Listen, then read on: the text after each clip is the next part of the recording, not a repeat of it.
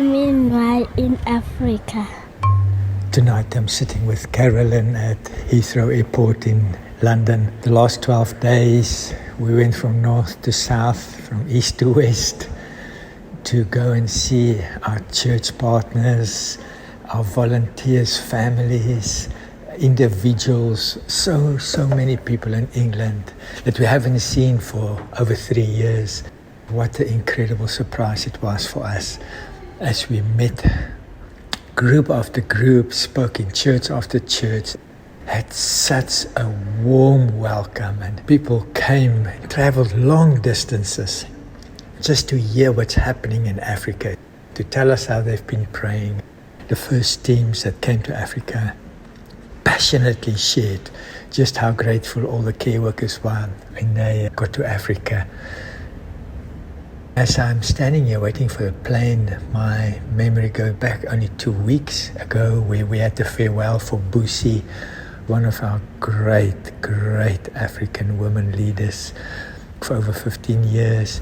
As we all gathered together, one of the young mums from Masoyi that Busi led over 10 years ago stood up and she just said, "I am a mother and I'm a confident woman and I'm taking care of myself because of Busi." How incredible, how beautiful. Gratefulness, serving, loving. Carol and I got to Heathrow.